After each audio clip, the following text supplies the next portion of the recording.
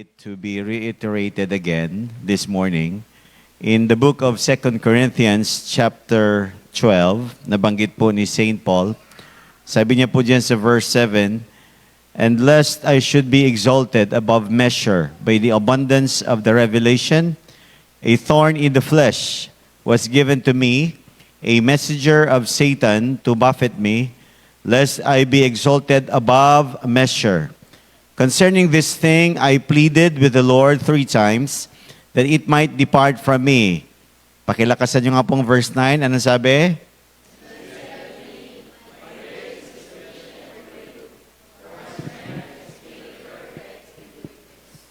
"Therefore, most gladly, I will rather boast in my infirmities, that the power of Christ may rest upon me. Therefore, I take pleasure in infirmities, in reproaches, in needs, in persecutions, in distresses, for Christ's sake. For when I am weak, then I am strong." Lord, salamat po sa umaga po na ito. Salamat, Panginoon, sapagkat kaming mga anak nyo ay pinagkalooban po ninyo ng inyong biyaya. At ngayon pong oras na ito ay may pagkakataon po kami na makapag-diskusyon, makapag-discuss ng words nyo. Ang prayer ko po, Panginoon, na maging klaro upang kami po habang nakatira dito sa lupa, buong pagkatao namin ay nakatindig, nakatayo, nakadepende po sa inyo. At ang buhay namin ay tunay, O Diyos, nararanasan namin ang inyo pong grasyang ito. Bless our time together today. By the help of your Holy Spirit, O Lord, O Holy Spirit, guide us. In Jesus' name, amen. Amen. Please sit down. Malapit na pong mag-crash ang eroplano. At ang nangyari ay itong isang stewardess ay naibigay po niya, na-instructan po niya na makuha lahat-lahat nitong mga parachutes na ito.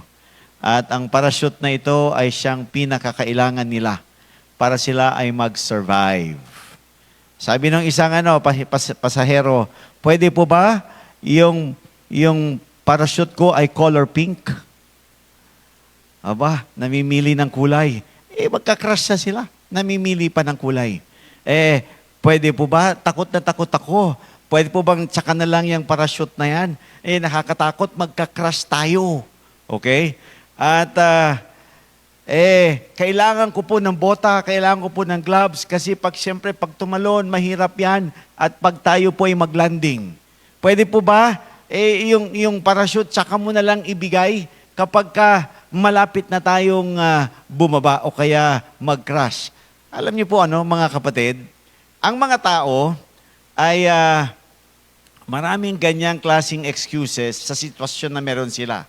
Sa palagay niyo po ba, sapat ang parachute na makapagligtas sa pasaherong naririto sa eroplano kung siya ay gagamitin niya ito? Sapat po kaya?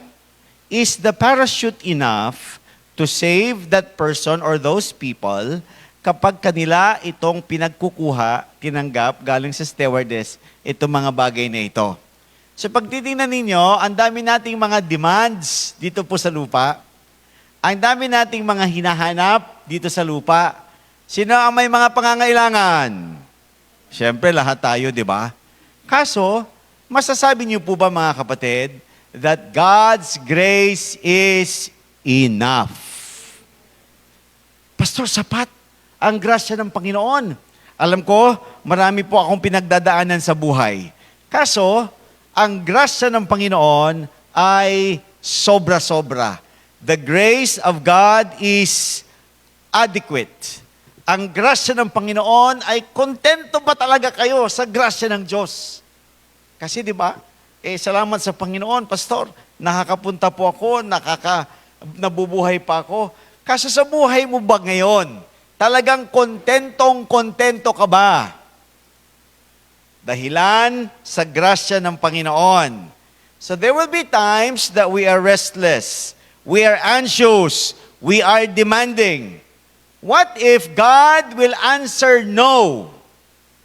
What if God will deny and eventually will not give your requests? And then what you have is the parachute of God's grace. Ano masasabi mo? Is that enough? Yun po yung maganda na magiging katanungan po natin mga kapatid. Sabi nga po ni Paul kay Timothy, but if we have food and clothing, we will be content with that. Now I believe that if you're a child of the Lord, since God's grace is with you, Jesus is in you as your Savior and Lord, I pray that you can say, in any circumstance of life, Lord, I am contented. Diba? Ang grasya ng Panginoon ay nariyan. Now, if we don't accept, embrace, and understand His resources, we will always be dissatisfied. We will always be disappointed in this life. Now, magsishare po ako sa inyo ng tatlong mga kondisyones. Para talagang masabi ninyo sa inyong personal na buhay, God's grace is sufficient. Okay? Kasi ganito po yan, di ba? Pagdating sa Panginoon, alam natin our God is all-powerful, our God is all-knowing, our God is the God that we need ultimately. Kaso, ang nangyayari bilang mga tao, parati tayong merong mga detours, may mga shiftings na nangyayari sa buhay po natin. Kaya tuloy, naririnig mo lang, God's grace is sufficient. God's grace is sufficient. But in reality, it's not true. Kasi parating may hinahanap, parating sinasandalan ang mga bagay-bagay sa buhay, at hindi nagiging sufisyente ang grasya ng Panginoon sa Kanya. Na unang-una, ano yun? Unang-una, na gusto ko pong ma-share sa inyo, God's grace is sufficient. It's always sufficient. But it will be sufficient to you, number one, when you will accept His will. Okay? When His will is accepted. Tanggap mo ba talaga ang kalooban ng Diyos sa buhay mo? Tanggap mo ba talaga kung ano ang ninanais ng Panginoon? His will which is good, perfect, and acceptable. Alam mo ba talaga? Tinatanggap mo ba talaga ang kalooban ng Diyos sa iyong buhay? So pag inyong titingnan, si Apostol Pablo ay may panalangin. Lord, you remove the thorn in the flesh that I have. Tanggalin mo, Panginoon. Sino sa inyo may mga pinagpipray sa araw na ito? Dami nating pinagpipray, di ba? Dami nating mga request, di ba? Sa Panginoon. Ngayon, may tinatawag si Paul na thorn in the flesh. Sabi nga po niya kanina, lest I should be exalted above measure by the abundance of the revelation, a thorn in the flesh was given to me, a messenger of Satan to buffet me. Meron po siyang thorn in the flesh. Tinik sa tagiliran. Ano ba ang thorn in the flesh ni Paul? Ano ang thorn in the flesh na meron ka? Sabi ng iba, ng mga scholars, si Paul ay merong tinatawag din na sexual temptation sa kanyang life. Check niyo po yung yung sa Romans chapter 7. Ang sabi po diyan sa Romans, for I know that in me, that is in my flesh, nothing good dwells. For to will is present with me, but how to perform what is good I do not find. For the good that I will do, I do not do, but the evil that I will not to do, that I practice. Gusto kong bumait, di ko magawa. Gusto ko maging banal, parati akong nahahatak sa kasalanan. Gusto ko maging maayos yung aking buhay, kaso nagiging gusot-gusot.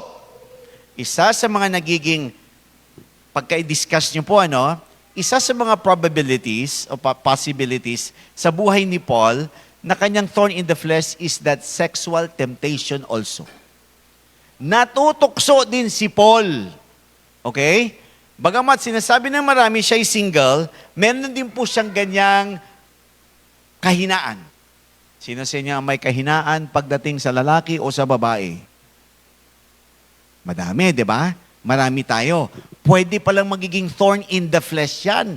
Yung bagay na yan, mga kapatid. Yung rib na kinuha ng Panginoon sa tadyang ni Adan, ay siyempre, yun din yung nagiging instrumento ng kaaway upang maraming mga Adan ngayon ay madali sa kanilang buhay. So, pwede pong sexual temptation. Number 2, nabanggit po dyan, the messenger of Satan to buffet me. May mga enemies si Paul. May mga kaaway po siya.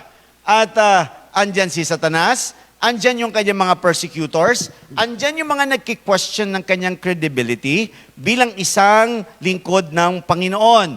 Kaya pini-persecute nila si Pablo at ito, kini-question nila ang kanyang kredibilidad.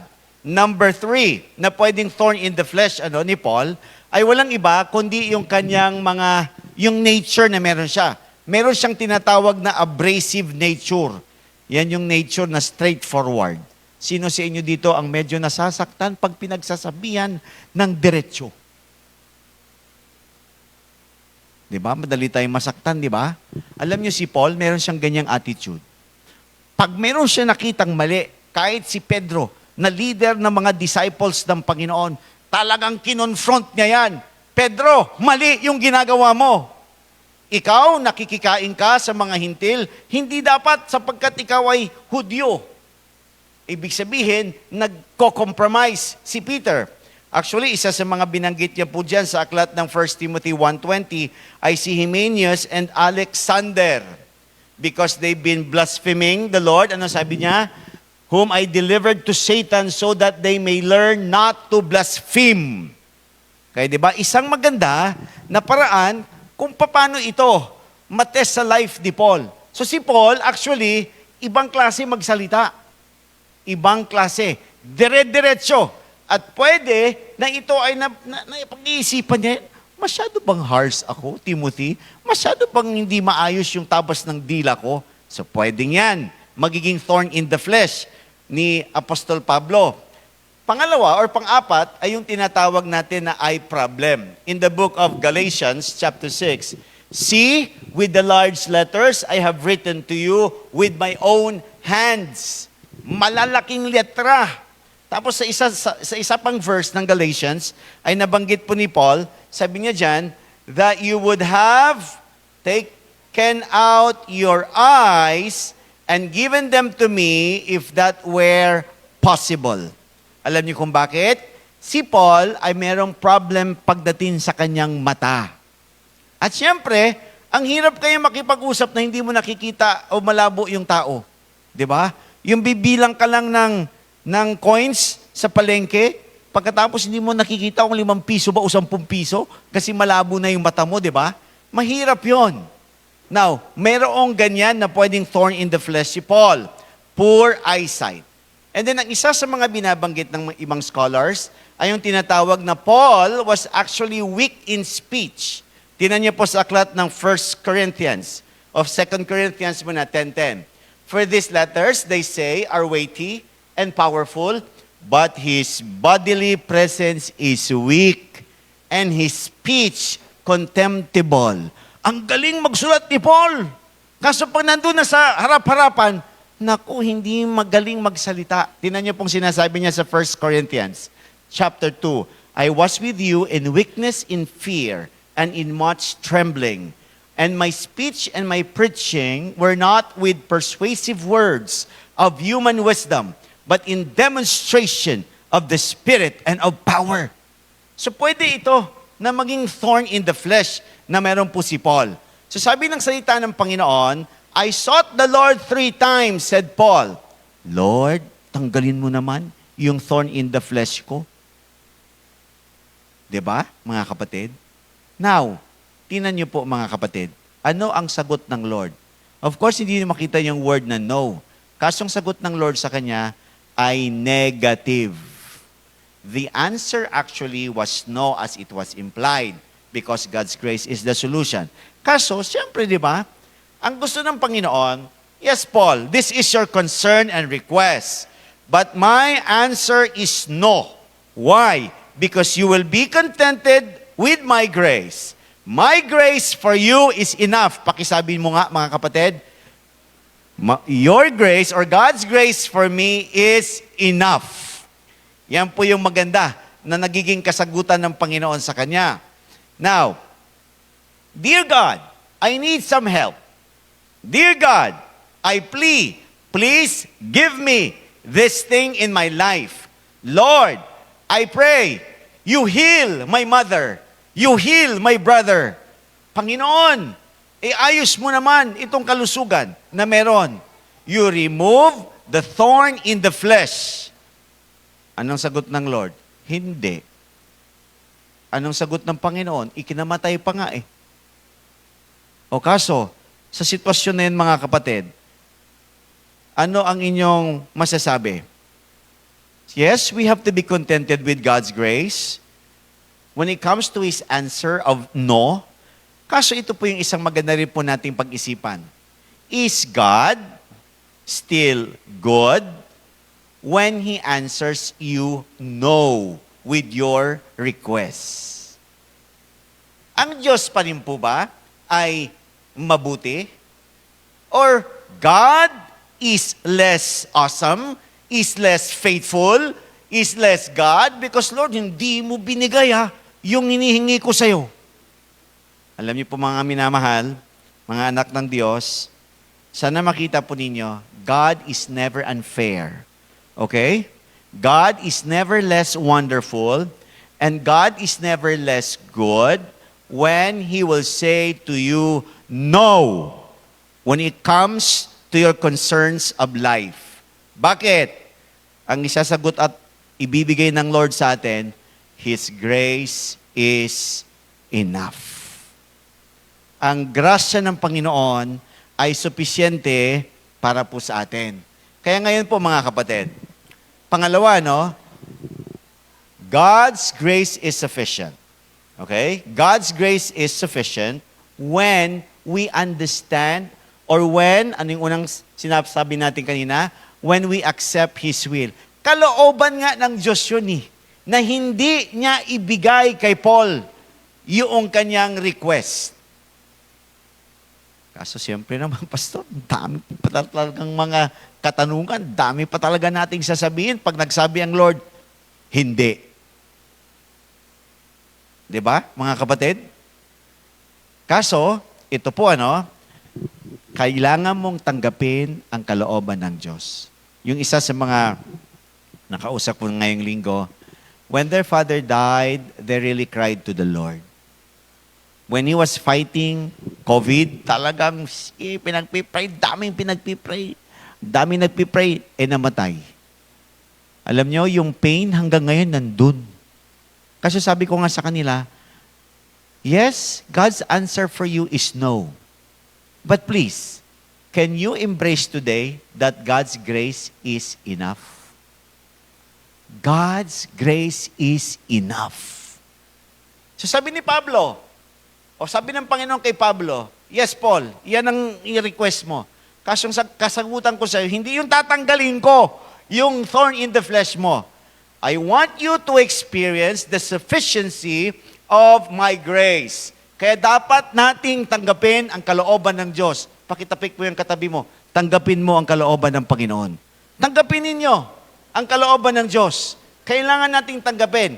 Kasi nga, gusto ng Panginoon na magiging mapagpasalamatin tayo pagdating sa mga bagay na yan. Number 2, na maganda po nating kondisyon is this. God's grace is applicable for you. God's grace is really true to your life when His process is embraced. Pagka yung proseso ng Panginoon, yakapin mo yan. Tingnan niyo po So sabi ni Pablo riyan, sabi niya sa verse, anong verse tayo? Sabi niya po, that he will rather be boastful when it comes to his weakness. Therefore, most gladly, I will rather boast in my infirmities. And then sabi niya rin sa dulo, therefore, I take pleasure in infirmities. So una, pag in-embrace natin, yung process ng Panginoon, ang mangyayari po nito mga kapatid, we will be boastful or thankful of our weaknesses or in our weaknesses. Yan ang mangyayari sa ating mga buhay. Parang kabaliwan, ano? Ipagmamalaki mo pa yung kahinaan mo. Paano mo ipagmamalaki yung kahinaan mo? Ipagmamalaki mo yung mga nagiging breakdowns mo sa buhay. Ipagmamalaki mo yung mga nagiging weaknesses mo sa buhay. Paano yon? Mga kapatid, it's really more of seeing things in the perspective of God. Sabi nga po ni James, when you are encountering trials and testings in life, you count it all joy. Pakisabi nyo nga, count it all joy. You are a daughter of God. You are a son of God. Ang mangyayari po niyan kasi, bibigyan kayo ng Panginoon ng karunungan na, Panginoon, siya nga naman, I have to embrace this. Okay? I have to undergo the process that you have. And right now, sabi nga ni Pablo, we have to rejoice in the Lord always. And again, I say rejoice. You take pleasure when it comes to your weaknesses. Oh, parang kakaiba, no? Yung kahina, Pastor, ang hina-hina ko pagdating sa sexual na katukso, ang hina-hina ko pagdating sa aking physical, may sakit akong ganito. Ang hina-hina ko pagdating sa mga kaaway kong yan, kung ano-anong pinagsasabi sa akin. Oh, ngayon, ang hina-hina ko pa pagdating sa pagsasalita, tapos sasabihin mo, you take pleasure. Because that is God's process. Pag in-embrace lang po sana natin, yung mga bagay-bagay na nangyayari sa ating buhay, Lord, ipinagkaloob mo yan. Kagaya nga ni Job, you gave, you take, blessed be your name. Though you kill me, Lord, I will still trust in you. Diba? Ang ganda nung nagiging conviction na meron po si Job. So, bilang mga anak ng Panginoon, kung bakit tinuturuan tayo ng Diyos that you embrace the process of God, you know why? Sa pamamagitan po kasi ng mga prosesong ito, mas lalo kayo nagiging dependent sa banal na Espiritu ng Diyos. Kasi kapag tayo po'y dumadaan sa apoy ng mga problema, makikita ninyo ang guidance ng banal na Espiritu. And Lord, I know it's painful, but I don't want my pain to control me right now. I want your Spirit to direct my life. Kapag ang Espiritu ng Panginoon ang siyang nagdadirect sa inyong mga buhay, masasabi ninyo, Panginoon, ang ganda pala nung proseso na aking pinagdadaanan po ngayon. So, ang nangyayari, wini-welcome natin ang mga sandpapers ni God sa ating mga buhay because you understand that that is God's way for you to be refined. So, mga kapatid, tingnan niyo po yung sinasabi ni Jesus sa Hebrews chapter 12. Balikan natin ang Hebrews chapter 12. Sabi niya diyan, verse 2, looking unto Jesus, the starter and the finisher of your faith, who for the joy that was set before him endured the cross, despising the shame, and he sat down at the right hand of the throne of God. Alam niyo po, may joy na nakaset before Christ. Kung bakit niya in-endure, dinispise yung mga shame na yon. May joy. Alam niyo po kung ano yon? It's not only because He will be exalted as the Son of God, but it's because people, the redeemed, the elect, the bride of Christ, kayo na mga anak ng Diyos, kayo ang kagalakan ng Panginoon. Kaya parati niyo pong kaiisipin, pagkatapos ng sakit at hirap ng paglilabor ng isang nanay, ano ang lalabas? Isang napaka-cute, isang napakaganda na anak na siyang magbibigay ng kagalakan sa inyo. Imagine niyo po yan, yung labor pains na nararanasan niyo sa inyong mga buhay, dahilan sa nag-embrace kayo sa proseso ng Panginoon. Number 2, when we embrace His process, we are boastful in our weaknesses, and we are actually submissive to God's testings and trials. Pakisabi nyo nga, si Lord ang promise keeper ko. Okay? Promise keeper nyo ang Panginoon. Okay? Pakiulit ninyo, si Lord ang power ko. Ang Panginoon ang siya nag-i-empower sa atin sa mga dinadanasan natin sa buhay natin ngayon. Ang Panginoon ang siyang nagbibigay sa inyo ng kasukat ninyong mga problema sa problema na inyong hinaharap ngayon. Kaya mag-provide siya ng way of escape. Si God ang inyong potter. Sabi nga ni Isaiah, ang clay ba ay may karapatan, o si Jeremiah, ang clay ba ay may karapatan na mag-question sa potter when it comes to forming her or it? Nagtatanong ba si clay kay potter, mali yung ginagawa mo sa buhay ko? Kini-question ba niya? Oo o hindi? Natural, hindi. Because he has the right to perform his plan sa ating pong mga buhay. Meron po kaming isang kaibigan, isa din po siyang doktor, kaya lang doktor po siya ng hayop. At nung siya po ay sumampalataya sa Panginoon, talagang nireject din siya ng kanyang family. At sapagkat sila yung mga dapat masunod, ginawa nila ay instead na sumama sa kanilang business, nag-separate sila. At nagtayo sila ng kanilang sariling negosyo. Alam niyo po, sinimulan lang nila sa napakaliit na pwesto. Hanggang inayos nila. Basta linggo, sarado. Grabe, Basta linggo, sarado. Pagkatapos, ang iglesyang ito na aming pinagsimulan, diyan na kami mamamatay. Yan ang kanilang conviction. Pagkatapos, talagang ino-honor nila ang kanilang pastor at ang kanilang negosyo ipinagkatiwala nila sa Panginoon. Alam niyo mga kapatid, pinagpala sila ng Diyos. Lumaki ang kanilang pwesto, dumami ang mga branches, nag-extend ng mga businesses, at pagkatapos niyan, ang ganda sa likod pa ng Jollibee, ang kanilang malaking lote, warehouse. Sa sentro din mismo. Ang point ko po ay ganito, kapag ka nag-undergo tayo and we submit, we embrace the process that God is allowing to come or to happen to our lives, iba ang gagawin ng Panginoon. May pinagdadaanan po ba kayong proseso ngayon sa buhay nyo? Huwag magigigil, ha? Huwag kayong manggigigil. Hayaan yung daanan ang proseso na yan. Kasi sa pamamagitan yan, kayo ay magiging mahuhusay at successful na anak ng Panginoon. Amen po ba mga kapatid? Okay, panghuli natin. God's grace is sufficient for you when you accept His will. God's grace is sufficient for you in application when you embrace the process. And then last, God's grace is sufficient for you when you will only understand the purpose of God. Sana mag-gets ninyo yung purpose ni Paul. Yung purpose ni God sa life nyo. Tingnan nyo si Paul, kung babalikan po natin yung 2 Corinthians chapter 12. Anong sabi niya? Yung unang purpose kaagad, binanggit Sabi niya po dyan, lest I should be exalted above measure by the abundance of the revelation. A thorn in the flesh was given to me.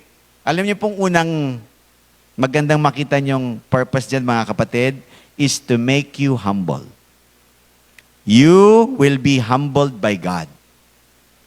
Yan ang isang the best na purpose or reason ng Panginoon kung bakit kayo may thorn in the flesh, to make you humble. Napakadami ng accomplishments na meron si Paul. Kaso sabi niya, lest I should be exalted above measure by the abundance of the revelation, a thorn in the flesh was given to me. Kaya napansin ninyo, mga kapatid, ganun pala yung Panginoon. Gusto mo na ako po ay magiging mapagpakumbaba sa inyong harapan, sa harap po ng mga tao. Kung inyong papansinin, sa totoo lang, humility is more valuable than what? Billions or trillions of pesos. In the sight of the Lord, kung merong dinidevelop si God sa life ni Paul as an attorney, is none other than humility. Pagpapakumbaba. Sino sa atin ang mataas ang ere? Tayong lahat, di ba? Ang hirap natin magsabit sa Panginoon. Alam niyo yung sign na mataas ang ere natin? Hindi natin siniseryoso ang prayer life natin. Pag kinokorek tayo, ayaw natin magpakorek. Pag napagsasabihan tayo, umaalis tayo. Tama, mali? Grabe. Kaso si Paul, sabi niya, may thorn in the flesh ako, at para hindi ako magmalaki, Panginoon, ito yung binigay mo sa akin. That's why, if you will only know the purpose of God for allowing the thorn in the flesh to come to your lives, that is to make you humble, you will be grateful. Diba? Bakit mga kapatid? Kasi siyempre, ma-appreciate niyo po yan. Ang pagpapakumbaba, that is actually God's way of really developing the character of Jesus in your life. And as God gives us that kind of heart, ano mangyayari? Those who are humble, actually, God will exalt. Ano pa? Ang isa pang maganda po dyan, sabi nga ni Pablo sa chapter 12, sabi niya po riyan, therefore, taas po muna ako. Anong verse tayo? And he said to me, my grace is sufficient for you, for my strength is made perfect in weakness. Therefore, most gladly I will rather boast in my infirmities, that the power of Christ may rest upon me. Alam niyo po yung may rest upon me, may tabernacle upon me. Yung ikaw, kokoveran ka ng power ni God. The covering of His power, the covering of His presence is there. So, God wanted us to experience this kind of privilege when you only understand the purpose of the Lord, that isa dyan is to be covered by His power, yung rest, na magre-rest yung kapangyarihan ng Panginoon sa ating mga buhay. Sa totoo lang po mga kapatid, ang mga buhay po ninyo ay reserboa ng kapangyarihan ng Diyos. Nagre-rest ang power ni God sa buhay ng kanyang mga anak. Sana nakigets natin yon, kasi si Paul, ang parati niyang pinagpipray, that you will understand the power that God has given you. His grace was the one who saved you, and also the one that is giving you power in order for you to have a life that is meaningful and significant. Okay? So His grace is actually your empowerment. Know and experience His covering in your life.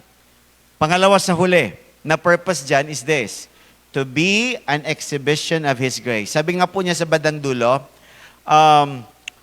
I take pleasure in infirmities, reproaches, needs, persecution, distress, for Christ's sake. For when I am weak, then I am strong. Kung kailan ako naging mahina, doon ako nagiging malakas. Paano nagiging malakas ang mahina? Diba? Ang mahina, mahina. Hindi nagiging malakas ang mahina. Tama ba mga kapatid? Correct? O bakit mahina nga yung misis mo? Bakit pag umiiyak, bumibigay ka na mister? Mahina nga yung anak mo. Kaso bakit pag umiiyak yan, ikaw ay bumibigay din? Why?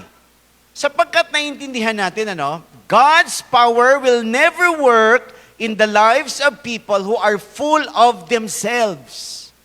When we say, we admit, Panginoon, mahina ako, hindi ko kayang palakihin yung anak kong yan. Mas gusto nga niyan ang gadget kaysa magkinig sa salita ng Diyos Diba? Mas gusto ng tao ng pagkain kaysa sa salita ng Panginoon. Talagang ganon ang buhay ng mga tao. But we thank God that when we acknowledge that it's not our work, it's not our responsibility to change lives, we are weak, but He is strong. When we depend on the Lord, then and only then, His power will work in our lives. Kaya tayo nagpapasalamat sa Panginoon sa Kanya pong kapangyarihan. Mga kapatid, we are limited. God is eternal. We are created ones. God is the Creator. We are actually weak, but we have a God who is all-powerful. Kaya ginagawa natin, nananatili tayo sa Panginoon, nagtitiwala tayo sa Kanya, at minamahal natin ang ating Ama. Nais ng Diyos na ang inyong mga buhay ay maging display center ng Kanyang grace. Is that a privilege? Privilege yan, mga kapatid. Imagine ninyo, si Paul, isang abogado, sinasabi niya, hindi na yan ang ipinagmamalaki ko. Oo, ito yung mga kahinaan ko, kaso gusto ng Panginoon, ng aking buhay ay magiging daluyan ng pagpapala. Panghuli, na gusto ko pong may-share sa inyo is this, to be like Jesus. Sabi nga niya kanina sa dulo, for Christ's sake. Sabi din sa Romans chapter 8, verse 28, ano sabi diyan? We know that God works all things for our own good, to those who love Him and to those who are the called according to His purpose. Ano sabi sa verse 30? All together, please, ready, go. Moreover, whom He predestined, this He also called. Whom He called, this He also justified. And whom He justified, this He also glorified. Nasa verse 29 yung to be conformed to the image of His Son. Okay, so by the way, mga anak ng Panginoon, God wanted us to be like Christ. Say for example, when it comes to our sexual temptations, when it comes to our purity, when God's grace is enough to your life, what will happen? You will live the purity of Jesus in your life. Diba? Oo, Panginoon, nanghihina ako. I want to be satisfied with my flesh. But Jesus is actually our satisfaction. Maraming mga hinahanap ang mga tao. Kaso alam niyo po, ang ganda na makita nila na ang Panginoon ang siyang nagbibigay ng tunay na kahulugan sa buhay. Sabi ko nga doon sa isang inaalagaan ko, alam mo anak, people could judge you and have judged you. Kaso ano ang ginagawa ng Panginoon? Hindi niya yon ginawa sa'yo. Tanggap ka niya noon, ngayon, at bukas mo, sapagkat you belong to Him. He claims you as His Son. At ang maganda dyan, ginaguide ka niya bilang kanyang anak. O, di ba? So ngayon po, bilang mga anak ng Diyos, ang gandang makita that I am being like Christ or being conformed to His image. Yes, meron akong thorn in the flesh pagdating sa sexual temptation. Yes, meron akong thorn in the flesh when it comes to those persecutions, all those whippings and tortures.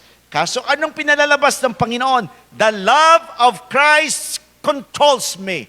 Not those pains in life. Pagdating sa paglilingkod sa Panginoon, hindi yung heartache ko ang nagkokontrol sa akin. Ang pagmamahal ng Diyos. Yan ang grasya ng Panginoon. Di ba? Napakaganda na naging response ni Paul sa kanyang buhay. Totoo, grabe ka diretso magsalita si Paul. Kaso kailangan mong gawin yon. Imagine niyo, hindi mo pinagsasabihan ng dire-diretso yung anak mo. Paano lalaki yan? Nang maayos para sa Panginoon. So si Pablo, kung bakit, binigyan siya ng Lord ng ganon, tinuturuan din naman siya ng Panginoon. Paul, kung wala kang puso, na ikaw ay straightforward, ikaw ay perfectionist, disciples after disciples will not be produced. Kaya mahalaga na tayo ayon sa mga nasasabi nating kahinaan, pag nilagay mo sa kamay ng Panginoon, ay magagamit pala para ito ay ma-work out sa kaluwalhatian ng Diyos. Etong nakaraang Monday, ako po ay nakisama sa aking ninong. Ang ninong kong yon, pinagpala ng Diyos. Ang passion niya ay bumili ng bike at sumakay sa bike. Meron siyang 8 bisikleta. Alam niyo po, yung isang bike, isang sasakyan ang halaga. Sobra. Sabi, alam mo, Pastor, ano lang yan? 1.4 ang original price yan, brand new. Bisikleta, 1.4 million. Kaso discounted na yan, Pastor. 800 na lang yan. 800 na bisikleta, 800. Sayang, hindi ko mapakita sa inyo eh. Sinakyan ko yun. Oh, ganito pala yung feeling pagka nakasakay ka sa bisikleta na 800,000. Hindi ka napapagod. 800,000 na bisikleta. Sabi ko, okay ha. Gandang pedalan. At parang konting pedal mo lang, lumilipad na eh. Kasi alam nyo, sabi ko, Lord, I don't know why you have given him that passion.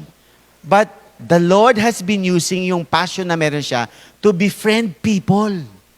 Sabi ko, ganda sana pag nandito ako. May cell group ako ng mga bikers. Di ba? Ang ganda nun. At sabi ko pa, pinaintindi ko dun sa kanyang wife, yes, alam ko, siyempre, sinasabi kasi ng aming ninang, pag wala na kaming maulam, yan ang iluluto namin. Yang mga bisiklet, 8 kasi na bisikleta. At yung pinakamataas ay yung pinahiram niya sa akin. Ingatan mo ha. Upo, ingatan ko yan. At so nangyari, yun lang, bike kami. Kasi alam nyo, after naming mag-biking, nag-coffee kami. At nandun yung kanyang mga kaibigan, mga kabarkada. And I shared the love of Jesus to them. And eventually, some of them professed. Alam mo, Pastor, pagkatapos natin siran yung mga yon, sabi nila, mag-pray na rin tayo. Pagka kami ay kumakain, nag-pray na rin kami. Sabi ko, Lord, sayang, wala pa akong mahabang panahon for them. At ako natutuwa lang po, kasi sabi ko, Panginoon, yes, yung iba kasi ay talaga namang kakaiba yung mga nangyayari sa buhay nila. Kaso ang grasya ng Lord, more than enough. Di tapos na, Tapos na kaming nakapag-bike. 8 yung bikes niya eh. Pastor, yung isang yan, kasya ba yun sa sasakyan mo? Ay, kasyang-kasya po yan. Kasyang-kasya yan. Sabi ko, sige Pastor, iuwi mo na yan. Nakapag-shopping tuloy ako ng mountain bike. Wala sa oras. Kaso, I'm just so thankful to the Lord. Sabi ko nga, Panginoon, ito yung isa sa mga ninong namin na grabe ang pagbuhos ng Diyos ng kanyang biyaya. Lalong-lalo na sa situation ng kanyang mga anak, I am still praying that their children will also experience the breakthrough when it comes to their growth in the Lord.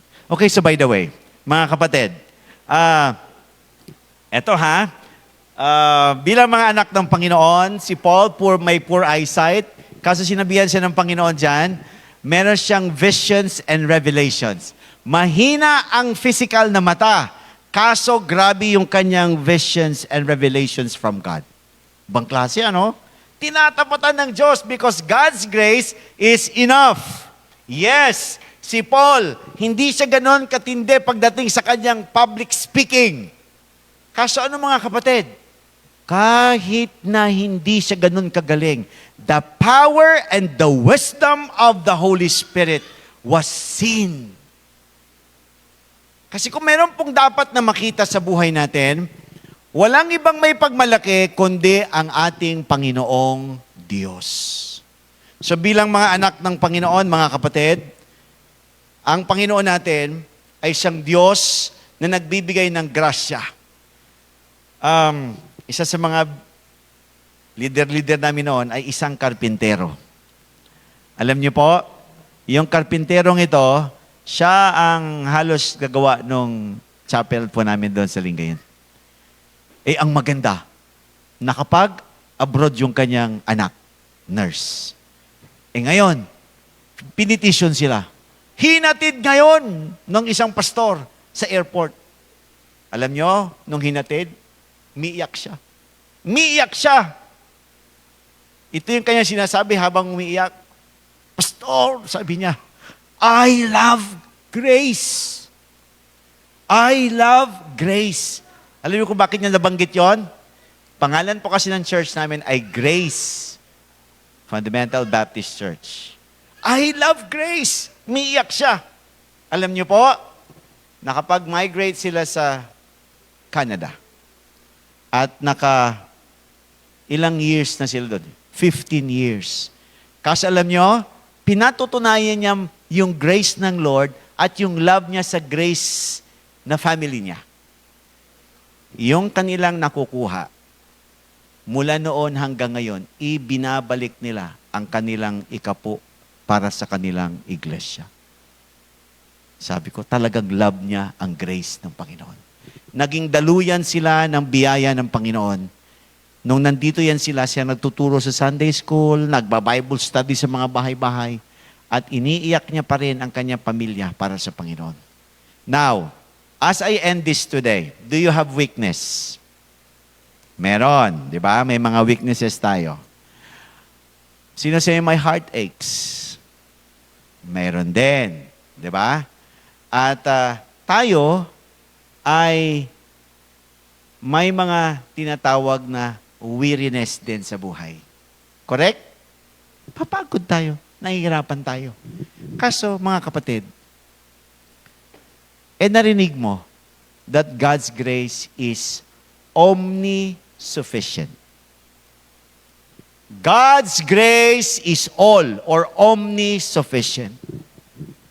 Anong gagawin mo? Pastor, sandal lang ako paminsan-minsan sa grace ng Lord. Kasi nga, God's grace is sufficient eh. Mararanasan mo ba yung sufficiency ng grace ng Lord? Kung ang isasandal mo lang ay balikat mo, siko mo? Oh, Panginoon, since your grace is all sufficient, is more than enough, this is your grace. I am standing and putting all, leaning all, standing firm on your grace. Because your grace is more than enough. As you face all these testings and trials in life, you have your own thorn in the flesh. Anong sagot ni God? His grace is sufficient. God has the right to say no to us. We have every reason to say thanks to Him because His grace is more than enough. Tayo pong lahat ay tumayo. Panginoon, nagpapasalamat po kami sa inyo pong mga salita. At pinupuri po namin kayo kasi ang grasya nyo, omnisufficient for your children. And that will always be true. Kahit nga hindi namin gagawin yung part namin talagang nandyan. Kaso gusto mo, Panginoon, maging tunay yan sa buhay namin. We have to believe. We have to embrace. We have to experience that grace that you have given us. Kasi ayaw niyo po, Panginoon, na namumuliubi kami dito sa lupa, sa kahirapan, sa frustration, sa depression, at kung ano-ano, na hindi namin ipinapamuhay, hindi po kami nakatayo, buong-buo, nakadepende sa inyo pong biyaya. So today, Lord, we thank you. Salamat ng marami. Alam ko marami po kaming mga napagdaanan na sa buhay. Marami po kaming pinanalangin. Ang sagot nyo, no. And you've denied even some of them because we deserve the best. We deserve your will. We deserve your favor. Deserve namin, Panginoon, yung inyo pong kalooban sa buhay namin. Kaya nga po sa oras na ito, patuloy niyo pong patnubayan ng mga anak ninyo. Nagpapasalamat po kami sa inyo pong biyayang nag-uumapaw. Panginoon, mangusap po kayo. While your heads are bowed, eyes are closed, would you like to thank God for His grace? Remove the frustration. God is always good. When it comes to denying or not answering your concern, because His grace will always be there. Jesus is always enough. Mag-pause tayo. Pasalamat tayo sa Panginoon.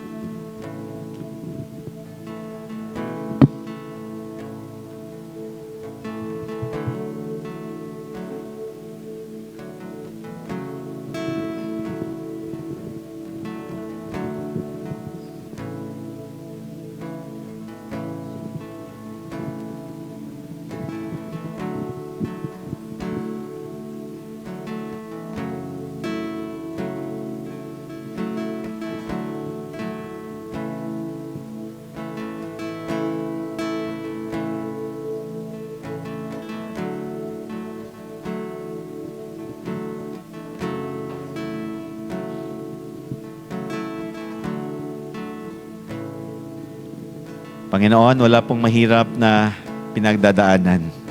Walang mahirap na problema. Sa inyo pong nag-uumapaw na biyaya. Naririto po kami, Lord. We just thank you. I know we've been questioning you from time to time because our selfish desires are not being answered. Though some of them are also very honest and true. But we thank you. You have your own ways. We know that you're working everything for our own good. That's why today, Lord, let us continually feast on your grace. Salamat ng marami, Panginoon, sa inyo pong biyaya, na inyo pong ipinagkakalob sa amin. You can take good care of your people. Ang dami sa amin, Lord, ay may mga sobra katinding persecution man yan, grabing kahinaan, anumang mga kondisyones na thorn in the flesh sa buhay namin.